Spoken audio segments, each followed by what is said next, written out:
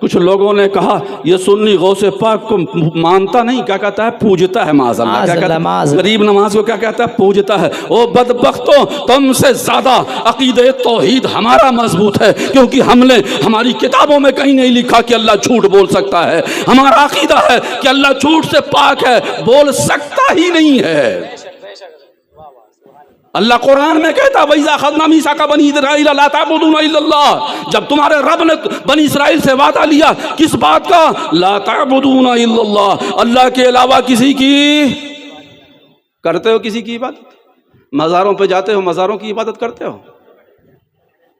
ارے قبروں پہ جاتے ہو تو کیا قبروں کی عبادت کرتے ہو؟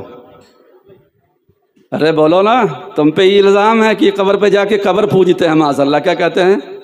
ہاں، ان اندھوں کو یہی دکھتا ہے، کیا جاتے کہتے ہیں پتہ نہیں مزاروں سے کیا دشمنی ہو گئی ہے، ان کو مزار یعنی قبروں میں نہیں جانا ہے، ان کو تو کہیں اور ہی جانا ہے۔ تب قبروں سے اگر اتنی ہی الرجی ہے تو کہیں اور جگہ بنا لیں وہ اپنا ہے۔ مزاروں پہ جایا کرو، برکت حاصل ہوتی ہے۔ تو رب نے کیا فرمایا؟ لا تعبدون الا اللہ، عبادت کس کی کرنی ہے؟ اللہ کی۔ روزے کس کے لیے؟ اللہ کے لیے۔ نمازیں کس کے لیے؟ اللہ کے لیے۔ زکوٰۃ کس کے لیے؟ اللہ کے لیے۔ حج کس کے لیے؟ اللہ کے لیے۔ عمرہ کس کے لیے؟ اللہ کے لیے۔ صدقے کس کے لیے؟ اللہ کے لیے۔ خیرات کس کے لیے؟ اللہ کے لیے۔ پتہ چلا ساری عبادتیں کس کے لیے؟ اللہ کے لیے۔ اور ساری عبادتوں کی جو جان ہے وہ جان ہے نماز۔ نماز کس کے لیے؟ اللہ کے لیے۔ اور سنیوں، تم پہ الزام ہے کہ تم نماز نہیں پڑھتے ہو۔ الزام اس لیے کہہ رہا ہوں کہ حقیقت نہیں ہے۔ ایسا نہیں ہے کہ ہمارا سنی نمازی نہیں ہے اور ان کے سبھی نمازی ہیں۔ چلے جاؤ ان کے گڑھ میں دیکھو کیسے کیسے شرابی اور جواری سب مل جائیں گے۔ ایسا نہیں ہے کہ دھل دھلا کے آ گئے ہیں، لیکن الزام چونکہ ہمارے پر ہی ہے، ٹھپے ہم پہ لگتے ہیں کہ یہ نماز نہیں پڑھتے، مزار پہ جاتے ہیں۔ ہم مزار والے بھی ہیں، نماز والے بھی ہیں اور نیاز والے بھی ہیں۔ کیا ہیں؟ نماز والے بھی ہیں اور نیاز والے بھی ہیں۔ یہاں نماز اور نیاز دونوں ہیں۔ پتہ چلا ایک ہاتھ میں اگر عبادت الہی ہے تو دوسرے ہاتھ میں اللہ والوں کا دامن ہے۔ سبحان اللہ، بہت خوبصورت، ماشاء اللہ۔ اور یہ دامن جب ہے نا تو گمراہ نہیں ہو سکتے ہیں۔ تو یہ میں لا تعبدون الا اللہ پہ زیادہ روشنی نہیں ڈالوں گا، بس یہ سنیوں جان لو کہ نماز فرض ہے اور پڑھا کرو، اس لیے کہ نماز ہر اس اللہ کے محبوب کی ادا ہے جس سے ہم پیار کرتے ہیں۔ نماز کس کی ادا؟ محبوب الہی کی ادا۔ نماز کس کی ادا؟ خواجہ نظام الدین اولیاء کی۔ نماز کس کی ادا؟ صابر پاک کی۔ نماز سے پیار کس کو؟ مخدوم سمنا کو۔ نماز سے پیار کس کو؟ غریب نماز کو۔ نماز سے پیار کس کو؟ حاجی علی سمندر میں کھوٹا گاڑے بیٹھے ہوئے حاجی علی کو۔ نماز سے آپ پیار کس کو؟ ارے فاطمہ کے لال کو کربلا کا میدان دیکھ لو۔ نماز سے پیار کس کو؟ جس غوث پاک کی 11ویں منا رہے ہیں اس غوث پاک کو نماز سے پیار کتنا ہے کہ سیدنا غوث پاک فرماتے ہیں جس غوث پاک کے ہم ماننے والے ہیں، بے نمازیوں کو قبرستان میں دفن نہ کیا کرو مسلمانوں کو۔ سوچو کس غوث کے ماننے والے ہیں، جن کے نام کی ہم 11ویں کرتے ہیں، وہ غوث پاک فرمائے او میری ماں بہنوں بڑے شوق سے غوث پاک کی یادیں مناتی ہو، لیکن سنو وہی غوث پاک فرماتے ہیں اگر نماز پڑھنے والا مومن نہیں یا مومنہ نہیں، مسلمان نہیں، اگر نماز پڑھنے والا مسلمان اگر نماز نہیں پڑھتا ہے یا مومنہ ہے نماز نہیں پڑھتی ہے، ایسے مسلمانوں عورتوں اور مردوں کو مسلمانوں کے قبرستان میں دفن نہ کرو۔ اب بتاؤ، ایک طرف ہماری عقیدت ہے اور جن سے ان اللہ کے محبوبوں کو پیار ہے اس سے ہم دور ہیں۔ سبق حاصل کرو۔ اللہ کا قرآن کہتا ہے لا تعبدون الا اللہ، اللہ کے علاوہ کسی اور کی عبادت نہ کرو۔ عبادت نہ ولی کی ہوگی، نہ پیر کی ہوگی، نہ فقیر کی ہوگی، عبادت کسی کی نہیں ہوگی، تعظیم ہوتی ہے۔ کیا ہوتی ہے؟ بزرگوں کی تعظیم ہوتی ہے، ادب و احترام ہوتا ہے۔ سجدے تو رب کے لیے ہوتے ہیں، سجدے رب کے لیے ہیں، سجدے اور نبیوں کی شریعتوں میں جائز تھے دوسروں کے لیے بھی، لیکن ہم اس شریعت میں پیدا ہوئے کہ مصطفیٰ کریم نے ارشاد فرما دیا اس سے پہلے جو نبی آئے ان کے امتیوں کے لیے جائز تھا کہ وہ اپنے بڑوں کے سجدے کرتے تھے، لیکن وہ سجدے سجدہ تعظیمی تھی.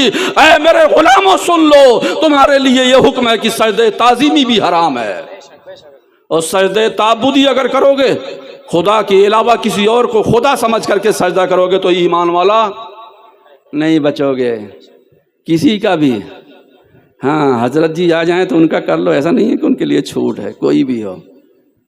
پھر رب فرماتا وبالوالدین احسانا, آپ کے حقوق کس کے ہو گئے؟ اللہ کے ہو گئے, اللہ کے رسول کے ہو گئے, آپ کے نفس کا ہو گیا. اللہ رسول کے حقوق کے بعد اپنے نفس کا حق ادا ہو گیا. اس کے بعد کس کا حق آیا؟ وبالوالدین احسانا, اپنے ماں باپ کے ساتھ اچھا سلوک کرو. نیوز پیپر پڑھتا رہتا ہوں میں, نیوز بھی دیکھتا رہتا ہوں. غیر مسلموں کے ایک مذہبی پیشوا کا بیان سنا, دل میں تھوڑا سکون ہوا, لیکن اتنا سکون نہیں ہوا جتنا وہ بیان کر رہے تھے. وہ بیان کر رہے تھے کہ آپ مسافر خانے میں چلے جائیے, یا جو ودھا آشرم بولتے ہیں, کیا بولتے ہیں, جہاں کوئی سہارا نہیں رہتا ہے, اس میں اگر دیکھو تو کہتے تھے, وہ بتانے لگ گئے کہ اس میں مسلمانوں کی تعداد نہ کے برابر ہے. اس گھر میں جن کا کوئی سہارا نہیں, جن کے لیے وہ سہارا گاہ بنایا گیا ہے, اس میں ہماری قوم کی ماں بہنیں بیٹیاں, ہمارے قوم کے بزرگ نہیں ہیں. یہ وہ بتا رہے تھے, ہم نے کبھی دورہ نہیں کیا اس کا, لیکن وہ کہہ رہے تھے, دل میں شکر ادا کیا رب کا کہ مولا ابھی اس ہماری قوم میں غیرت باقی ہے, ابھی بھی قوم میں غیرت باقی ہے. اللہ و رسول کے فرمودات کا احساس ابھی دلوں میں زندہ ہے ایمان والوں کے. ورنہ دوسروں کے, کروڑ پتیوں کے بھی دیکھا ہے ماؤں کو, کروڑ پتیوں کے ماؤں کو بھی دیکھا اس آشرم کے اندر کہ باپ کی بیٹا اور بیٹیاں کہاں آسٹریلیا میں, اب کوئی سنبھالنے والا نہیں ہے تو چھوڑ گئے ہیں. وہ بلکتی ہوئی ماؤں کے آنسو دیکھے ہیں ہم نے, جنہوں نے پوری زندگی اپنی اولادوں کے لیے سب کچھ قربان کر دیا, اپنی جوانی نچھاور کر دیا, اپنے خواہشات کو قربان کر دیا, اپنی آرزوؤں اور تمناؤں کے پہاڑوں کے اوپر بلڈوزر چلوا دیے. جن ماؤں اور باپوں نے, ان ماؤں باپوں کا آخری سہارا کیا بن گیا؟ وہ آشرم بن گیا, دوسروں کے سہارے بن گئے. او مسلمانوں سنو, اللہ کا قرآن کہتا ہے وبالوالدین احسانا, اپنے ماں باپ کے ساتھ اچھا سلوک کرو. اللہ اکبر. یہ قرآن کب نازل ہوا؟ اس دور میں نازل ہوا جس دور میں بچیوں کو زندہ دفن کیا جا رہا تھا, جس دور میں بچیوں کو زندہ دفن کیا جا رہا تھا, اس دور میں قرآن نازل ہو رہا تھا. لیکن قرآن نے اس دور میں یہ آیتیں نازل نہیں ہوئی کہ بچیوں کی حفاظت کرو. اس دور میں بھی قرآن کی جو آیتیں آئیں وہ کس بات کی آئیں؟ کہیں رب نے فرمایا وَلَا تُشْرِكُوا بِهِ وَبِالْوَالِدَيْنِ احسانا, اللہ کی ذات میں کسی کو شریک نہ ٹھہراؤ.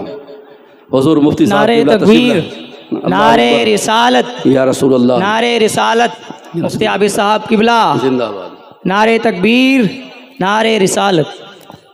پڑھیے درود پاک. اللہم صلی علی سیدنا و شفینا و نبینا و حبیبنا مولانا محمد بارک وسلم. صلاۃ و سلام علیک یا رسول اللہ صلی اللہ تعالی علیہ وسلم. یہ ٹائم دیکھ رہا ہوں بھائی, میں تو یہی کہوں, سنتے رہتے ہو آپ ہیں, یہ باہر سے آئے ہوئے حضرات کو ہمیں اور آپ کو سننا ہے. بس ایک بار اور درود پاک پڑھ لیجیے. اللہم صلی علی سیدنا و شفینا و نبینا و حبیبنا مولانا محمد بارک وسلم. صلاۃ و سلام علیک یا رسول اللہ. مولانا اسلم رضا نوری صاحب سے گزارش کروں گا کہ جب میرا ٹائم ہو جائے تو وہیں سے ہاتھ اٹھا دینا ہے, کوئی برا بھلا ماننے والی بات نہیں ہے. پڑھیے درود پاک ایک بار اور. صلی اللہ علی النبی الامی علیہ صلاۃ و سلام علیک یا رسول اللہ صلی اللہ تعالی علیہ وسلم. ہاں میں بتا رہا تھا کہ دنیا میں اللہ و رسول کے بعد سب سے زیادہ حق کس کا ہے؟ تم پہ تمہارے ماں باپ کا حق ہے. اللہ مخبر صادق نبی برحق نے آج سے 1450 سال تقریباً پہلے یہ چیزیں بتا گئیں. اللہ جنتیں کہاں ڈھونڈتے ہو تم؟ جنتیں کہاں پھر رہے ہو ڈھونڈنے کے لیے؟ کبھی گنگو ڈھونڈ رہے ہو جنت, کبھی دلی ڈھونڈنے جا رہے ہو جنت, کبھی بھوپال ڈھونڈنے جا رہے ہو جنت. آؤ جنت کہاں ہے؟ میرے آقا ارشاد فرماتے ہیں اے میرے غلاموں, کہیں در بدر پھٹکنے کی ضرورت نہیں ہے, رب نے جنت اٹھا کے تمہارے ماں کے قدموں کے نیچے رکھ دیا ہے. بڑا بدبخت ہے وہ کہ جس کے جنت گھر میں سسک رہے ہوں, جن کے جنت گھر میں سسک رہے ہو، آنسو گرا رہے ہو، وہ جنت پورے انڈیا میں ڈھونڈ رہا ہو. کہاں ڈھونڈ رہا ہے؟ پورے انڈیا میں گھوم گھوم کے ڈھونڈ رہا ہے کہ یہاں ملے گی جنت، اس مسجد میں نماز پڑھ لوں گا مل جائے گی جنت. سنو سنو، اللہ کے پیارے حبیب فرماتے ہیں کہ جب بندہ اپنے باپ کو ناراض کر کے رب کی بارگاہ میں پہنچتا ہے، کس کو؟ اپنے باپ کو ناراض کر کے جب مسجد کے دروازے پہ پہنچتا ہے تو ہاتف غیبی سے آواز آتی ہے، او میرے بندے سے پیشانی میری بارگاہ میں بعد میں جھکانا، پہلے جا اپنے باپ کو راضی کر لے. تیرا باپ راضی ہو گیا، میں راضی ہو جاؤں گا. اسی لیے تو فرمایا گیا کہ ماں کے قدموں کے تلے جنت ہے، تو باپ جنت کا دروازہ ہے. کیا ہے؟ باپ جنت کا دروازہ ہے. قسم خدا کی ان دونوں عظمت و بزرگی والی ذات کو تم سنبھال لو. میں نہیں، وہ نبی برحق یہ وعدہ کرتے ہیں کہ رب تمہاری رزق میں بھی برکت عطا کرے گا، تمہارے عمر میں بھی برکتیں عطا فرمائے. رزق میں، روزیوں میں برکتیں چاہتے ہو، عمروں میں برکتیں چاہتے ہو، اپنے ماں باپ کے غلام بن جاؤ. بیوی کے نہیں. کس کے غلام بنو؟ بیوی کے نہیں. کس کے؟ ہاں، بیوی کے غلام بننے سے جانتے ہو جنت کا وعدہ نہیں ہے. ہاں، دنیا میں ایک نعرہ مل جائے گا کہ یہ جورو کا غلام ہے. دنیا میں کیا نعرہ ملے گا؟ یہ جورو کا غلام ہے. ہاں، جو ابھی ماں بہنیں سن رہی وہ نہ سوچے کہ ہمارا حق نہیں ہے، تمہارا بھی حق ہے. لیکن وہ جو میں بتا رہا ہوں کیا ہوتا ہے کہ کتنا حق کس کا ہے، کتنا حق کس کا ہے، اس حقوق کے دائرے میں رہیں تو پھر بڑھیا بات ہے. کیونکہ یہی ایک ذات ہے، اور ماں اور باپ کی دنیا میں صرف ایک بار ہی انسان کو ملتے ہیں. ماں باپ دنیا میں، ہاں، کسی جوان کی آج شادی ہو جائے، کل لگئی کا انتقال ہو جائے، خدا نہ کرے، میں تو ایک مثال دے رہا ہوں، کسی کی بیوی نہ مرے، جانا تو خیر سب کو ایک دن ہے. لیکن اگر آج شادی ہو جائے، کل بیوی کا انتقال ہو جائے تو تیجے دسواں ہوتے ہوتے ہی پھر کوئی رشتہ ڈھونڈنے لگ جائے گا، مطلب دوسری بیوی مل جائے گی اس کو. لیکن ماں مر جائے تو پھر نہیں مل سکتی ہے. باپ دنیا سے چلا جائے دوسرا باپ نہیں مل سکتا ہے. نہ ماں باپ جیسا کوئی شفیق مل سکتا ہے، نہ ماں باپ جیسا کوئی مہربان مل سکتا ہے. دنیا کے سارے حتیٰ کہ بھائی بھی تمہاری ترقی سے جل سکتا ہے، ایک واحد ذات ہے، وہ ماں باپ کی ذات ہے. باپ یہ سوچتا ہے کہ میں نے اتنا ترقی کیا، میرا بیٹا اور آسمانوں کی بلندیاں چھو لے. کبھی وہ باپ جلتا نہیں اپنے اولاد سے. میں کہہ رہا تھا کہ ماں باپ کا غلام بن جاؤ، دنیا و آخرت کے تاجدار بن جاؤ گے. سنو کہ ماں باپ کے غلام بننے کا مطلب، آؤ ایک واقعہ سناتا ہوں دور فاروقی کا. سیدنا عمر فاروق اعظم رضی اللہ تعالیٰ عنہ کا زمانہ ہے. ایک نوجوان ہے، تاجر ہے، بیپاری ہے. کیا ہے؟ بیپاری ہے، تجارت کرتا تھا. ماں الگ رہتی تھی. ماں آ گئی دروازے پہ، کہا بیٹا کچھ دے دو خرچ کے لیے. بیٹا بھی سوچ ہی رہا تھا دوں نہ دوں، جب تک اندر سے بہو کی آواز آ گئی، اماں تم روزانہ مانگ مانگ کر کے ہم کو غریب کر دو گی. کیا بولی؟ اماں جب ہوتا اٹھ کے آ جاتی ہو، مانگ مانگ کر کے تم ہمیں غریب کر دو گی. وہ بزرگ خاتون، وہ ماں کے سینے پر پہاڑ کا وہ سلا گرا کہ دل کے اندر شیشے آپ کی نا ٹوٹ ٹوٹ کے بکھر گیا. ماں کے دل سے ایک آہ نکلی اور بیٹا خاموش رہا. بہو کی یہ جلی ہوئی آواز سن کر کے ماں کے ٹوٹے ہوئے دل نے، ماں کی دل سے جو صدا نکلی، الٹے پاؤں ماں واپس ہو گئی. لیکن دل ٹوٹ چکا تھا، ماں کا دل ٹوٹ چکا تھا. ماں واپس آنسو بہاتے ہوئے آ گئی. کچھ زمانہ گزرا، کچھ وقت گزرا. یہ نوجوان تاجر مال لے کر کے مال بیچنے کے لیے نکلا، اور جب باہر نکلا رات کے اندھیرے میں ڈاکوؤں نے اس پہ حملہ کیا، اور حملہ کرنے کے بعد مال لوٹ لیا اور ایک ہاتھ کاٹ کر کے گلے سے لٹکا دیا. صبح کو اللہ کو معلوم پڑا، اٹھا کر کے لا کے دروازے پہ ڈال دیے. اب عزیز و رشتہ دار آ رہے ہیں ملنے کے لیے، دوست احباب آ رہے ہیں ملنے کے لیے، کہہ رہے ہیں بڑا برا ہوا. ہوتے نہیں کہتے بڑا غلط ہوا، بڑا برا ہوا تمہارے ساتھ، ایسا نہیں ہونا چاہیے تھا. تو ہر ایک سے وہی کہہ رہا تھا، یہ جو کچھ بھی ہوا ہے اس کی وجہ میں جانتا ہوں، جو ہوا ہے وہ اس کی وجہ میں جانتا ہوں. اللہ اللہ، ماں کو خبر لگ گئی. ماں ہوتی ہے، 1 روپیہ نہیں ملا تھا، دل ٹوٹ گیا تھا، آنسو بہاتے ہوئے گئی تھی. لیکن یہ سنا کہ چوروں نے میرے بیٹے کا ایک ہاتھ کاٹ دیا. میرے آقا فرماتے ہیں جیسے جیسے دنیا میں تم ماں باپ کو تکلیف دو گے آخرت میں سزا تو ملے گی، لیکن دنیا میں بھی بھگتو گے تم، دنیا میں اس کی سزا دے گا رب، اس سے پہلے تمہیں موت نہیں آئے گی۔ میرا نبی فرماتے ہیں اس سے پہلے تمہیں موت نہیں آئے گی۔ جن لوگوں نے اپنے ماں باپ کو ستایا ہے، اگر جس طرح سے بھی ستایا ہے، وہ سامنا تم کو دنیا میں کرنا پڑے گا، اس کے بعد ہی موت آئے گی تم کو۔ وہ نوجوان جب کوئی ملنے آتا تھا تو روتا تھا، اور روتا اس بات سے تھا وہ دن یاد آ رہا تھا اس کو جس دن اس کی دہلیز پہ اس کی ماں آئی تھی۔ اللہ اللہ، اس کو ماں آئی روتے ہوئے بیٹے کی حالت دیکھ کر کے۔ ماں تو ماں ہوتی ہیں، بہت بد دعائیں بھی دیتی ہیں، ماں غصے میں آتی ہیں، مری کا کھایا پتہ نہیں کیا کیا بول دیتی ہیں، لیکن یہ صرف یہاں سے نہیں بولتی ہیں، زبان سے بولتی ہیں۔ ماں کی ممتا، اللہ اکبر، ماں کی ممتا بڑی عظیم چیز ہے۔ ماں بھول گئی کہ اس دروازے سے 1 روپیہ نہیں دیا گیا تھا، یہ دروازے سے مجھے بغیر پیسے کے لوٹا دیا گیا تھا۔ ماں اب دیدہ ہو گئی، رونے لگ گئی، کہا بیٹا یہ تیرے ساتھ بہت برا ہوا۔ بیٹے نے کہا ماں کوئی برا نہیں ہوا، میرا ایمان ہے کہ یہ سب کچھ میرے ہاتھوں کی کمائی ہے، اگر اس دن میں نے ان ہاتھوں سے تمہیں پیسے دے دیا ہوتا تو نہ میرا ہاتھ کٹتا نہ میرے روپے جاتے۔ رب نے اسی چیز کا مجھے بدلا دیا ہے۔ اللہ اکبر۔ یہاں بھی سزا بندے نے نہیں طے کیا، سزا رب نے طے کیا۔ اور کیسی سزا طے کیا؟ وہی سزا جیسا جرم تھا ویسی سزا طے ہوئی۔ ہاتھ سے پیسے دینا تھا، ہاتھ کھینچ لیا تو ہاتھ کٹ گئے، مال نہیں دیا تو مال چلا گیا۔ اور ہاتھ سٹا لینا سینے سے یہ کنجوسی کی دلیل ہے، تو چوروں نے کاٹ کر کے ہاتھ گلے سے لٹکا دیا۔ تو ماؤں پہ آج بھی ہوتا ہے، آج بھی کیا ہوتا ہے؟ بہت سارے گھروں میں ہے، نام نہیں لوں گا، جانتا ہوں میں بہت سارے۔ ماؤں کے ساتھ کیا کرتے ہو تم؟ خدا کا خوف کرو، ماؤں کو گالیاں بکنے والوں۔ میرے آقا کریم صلی اللہ علیہ وسلم نے ایک مرتبہ ارشاد فرمایا تھا کہ ایک دور وہ آئے گا کہ لوگ اپنے ماں باپ کو گالیاں بکیں گے۔ صحابہ کرام نے عرض کیا یا رسول اللہ کیا ماں باپ کو کوئی گالی بکے گا؟ مطلب اس دور کے صحابہ کو کانوں پہ یقین نہ ہوا، وہ تعجب میں پڑ گئے کہ ماں باپ کو کوئی گالی بکے گا۔ آج کا دور دیکھو، گالیاں نہیں، ماں باپ کے اوپر ظالم ہاتھ اٹھانے سے نہیں دریغ کرتا، شرمار محسوس نہیں ہوتی۔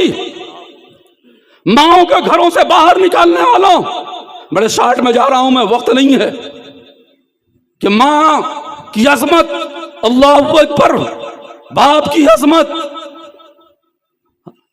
ہاتھ کاٹ دیا گیا، گلے سے لٹکا دیا گیا، سزا مل گئی، لیکن ادھر سزا ملی، دل ٹوٹا تھا، دل جڑ گیا۔ ماں نے کہا میں نے میرے بیٹے سے میں راضی ہوں، کیونکہ بیٹے نے کہا تھا مولت ماں تم ناراض ہو، اسی کی سزا ملی ہے۔ ماں کہتی ہے بیٹا میں تجھ سے راضی ہو گئی ہوں، میں ناراض نہیں ہوں۔ ماں چوں بولی میں راضی ہو گئی ہوں۔ رات کا وقت ہوا، ادھر ماں نے نماز پڑھ کے رب کی بارگاہ میں دعا کیا، مولا سزا مل گئی ہے اسے، میرے مولا میرے بیٹے کے ہاتھ کو واپس کر دے۔ اللہ اکبر۔ ماں کا ٹوٹا ہوا دل جڑ گیا تو رب نے اس نوجوان کے ہاتھ بھی واپس کر دیے۔ ماں کا دل جڑا تو بیٹے کا ہاتھ جڑ گیا۔ ایک واقعہ اور بیان کروں گا، ختم کر دوں گا، اس لیے کہ اشارہ ہو گیا ہے، کیونکہ بہت سارے لوگ ہیں ان کا ہمیں سننا ہے۔ سزا کی بات کر رہا تھا میں، حضرت عبداللہ ابن سلام رضی اللہ تعالیٰ عنہ بہت بڑے صحابی ہیں، یہودی مذہب کے بہت بڑے عالم تھے۔ یہ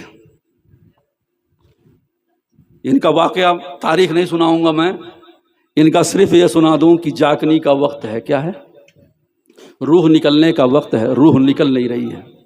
دنیا میں سزا ملے گی، روح نکلنے میں تکلیف ہوگی۔ جن لوگوں نے ماں باپ کو تکلیف دیا ہے ان کو دنیا میں تکلیف ہوگی، روح نکلنے میں تکلیف ہوگی۔ اللہ اکبر۔ حضرت عبداللہ ابن سلام رضی اللہ تعالیٰ عنہ ہیں، جاگنے کا وقت ہے، روح نہیں نکل رہی ہے، کلمہ زبان سے ادا نہیں ہو رہا ہے۔ ایک نوجوان پہنچا بارگاہ رسالت میں۔ ایک راوی کون ہے اس حدیث کے؟ شیر خدا حیدر کرار۔ کون راوی ہیں؟ وہ علی جو میرے آقا فرمایا انا مدینۃ العلم وعلی بابھا، وہ ولی کے جن کا نام سے سنیوں کے جسم میں کرنٹ دوڑ جائے، اگر خون ٹھنڈا ہو تو گرم ہو جائے۔ نام علی کی وہ تاثیر ہے حضرت علی بیان فرماتے ہیں کہ صحابہ کرام کے ساتھ ہم بیٹھے تھے، ہم صحابہ کرام نبی پاک صلی اللہ علیہ وسلم کے جھرمٹ میں بیٹھے تھے کہ ایک نوجوان آیا، عرض کیا یا رسول اللہ عبداللہ بن سلام کے جاگنے کا وقت ہے، روح نکل نہیں رہی ہے، زبان سے کلمے ادا نہیں ہو رہے ہیں، اللہ اکبر۔ میرا نبی فرماتے ہیں میرے ساتھیو چلو اپنے بھائی کی خبر لے لیں۔ کون جا رہے ہیں؟ حضرت علی جا رہے ہیں، بلال حبشی جا رہے ہیں۔ میرے نبی پہنچے، میرا نبی فرماتے ہیں پڑھو لا الہ الا اللہ محمد الرسول اللہ، زبان سے ادا نہیں ہو رہا۔ کون ہیں؟ حضرت عبداللہ ابن سلام ہیں، زبان سے کون ہیں؟ صحابی ہیں۔ کون ہیں؟ صحابی ہیں۔ اور صحابی کی ذات وہ ہوتی ہے کہ سارے دنیا کے صبح قیامت تک چاہے جتنا بڑا کوئی ولی آ جائے ایک چھوٹے سے صحابی کے برابر نہیں ہو سکتا ہے۔ کوئی غوث، کوئی قطب، کوئی ولی کسی صحابی کے برابر نہیں ہو سکتا۔ وہ صحابی رسول حضرت عبداللہ بن سلام ہیں۔ ہماری تمہاری گنتی کہاں ہے؟ حضرت عبداللہ بن سلام کے پاس میرے نبی پہنچے، کلمہ پڑھ رہے نہیں پڑھ رہے؟ میرے نبی نے فرمایا کہ ان کی بیوی سے پوچھو کہ ان کے اعمال کیسے تھے۔ حضرت بلال حبشی نے پوچھا کیسے تھے؟ کہا جب سے ایمان لائے کوئی نماز نہیں چھوڑی جو نبی کے پیچھے نہ پڑھی ہو، ہمیشہ روزے سے رہتے تھے، کوئی دن ایسا نہیں گیا جس دن انہوں نے صدقہ نہ کیا ہو۔ اللہ اکبر۔ بظاہر کوئی اعمال، نماز، روزہ، حج و زکوٰۃ، جہاد، کسی میں کمی نہیں۔ میرے نبی فرماتے ہیں پھر ان کی بیوی کہتی ہیں ان کی ماں ہے کچھ دنوں سے ناراض ہیں۔ ان کی بیوی کیا کہتی ہیں؟ ان کی ماں ہیں کچھ دنوں سے ناراض ہیں۔ بلال حبشی کو میرے نبی نے بھیجا جاؤ بلا کے لاؤ ضعیفہ کو۔ وہ گئے، بلانے کے لیے منع کر دیا نہیں آؤں گی۔ حضرت علی عمر کو بھیجا میرے نبی نے، حضرت علی گئے منا کے لائے بڑھیا ماں کو، غصے میں تھی بیٹے سے، آ نہیں رہی تھی، منا کے لے آئے۔ میرے نبی نے فرمایا معاف کر دو۔ عرض کرتی ہیں یا رسول اللہ فدا کا امی ابھی، میرے ماں باپ آپ پہ قربان یا رسول اللہ، میں عبداللہ کو معاف نہیں کر سکتی ہوں۔ زبان سے جو جملے اس ضعیفہ کے نکلے تھے آج سے 1400 سال پہلے، وہ مسلمانوں جب پڑھتا ہوں یہ کتابیں آنکھیں اشکبار ہو جاتی ہیں کہ ہم صحیح معنوں میں اپنے ماں باپ کے حق ادا کر رہے ہیں کہ نہیں کر رہے ہیں۔ نماز و روز و زہد و تقویٰ پہ غرور و گھمنڈ نہ کرنا، یہ ذات یہ ہے کہ ان کی دعا اٹھ گئی تو دنیا و آخرت سمجھ جائیں گے تمہارے۔ حضرت عبداللہ ابن سلام رضی اللہ تعالیٰ عنہ کی ماں کہتی ہیں یا رسول اللہ میں اسے معاف نہیں کروں گی، اپنے بیوی کی وجہ سے مجھ کو اپنے سے دور کر دیا۔ کیا جملے تھے حضرت عبداللہ ابن سلام کی والدہ کے جملے کیا تھے؟ اپنی بیوی کی وجہ سے مجھ کو اپنے سے دور کر دیا۔ صدمہ ماں کو یہ تھا، پیسے دینے کی صدمہ نہ تھے، گھر و جائیداد کا صدمہ نہ تھا، ماں کی ممتا یہ تھی کہ عبداللہ نے مجھ کو اپنی بیوی کی وجہ سے اپنے سے دور کر دیا، یا رسول اللہ میں معاف نہیں کروں گی۔ اللہ اکبر۔ آقائے کائنات کی رحمت جوش میں آئی۔ میرے نبی فرماتے ہیں حشر کے میدان میں تمہارا ضامن میں ہوں۔ ضمانت مل گئی کس کو؟ عبداللہ ابن سلام کی ماں کو۔ کس کی ضمانت مل گئی؟ میرے آقا کی ضمانت مل گئی۔ ضعیفہ سمجھ گئی کہ جنت کا ٹکٹ مل گیا، عرض کرتی یا رسول اللہ میں اپنے بیٹے سے راضی ہوں۔ ادھر راضی ہونا ہوا، ادھر میرے نبی نے فرمایا اے عبداللہ پڑھو اشہد اللہ الہ الا اللہ واشہد ان محمد عبدہ ورسولہ۔ اتنا کہنا تھا کہ لبے عبدالسلام پہ فوراً کلمے جاری ہو گئے، جسم سے روح پرواز کر گئی۔ میرے آقا جب تجہیز و تکفین کے بعد واپس آئے تو صحابہ کو ایک نصیحت فرمائی کہ میرے صحابیوں اپنے ماں باپ کے حقوق کو ادا کیا کرو۔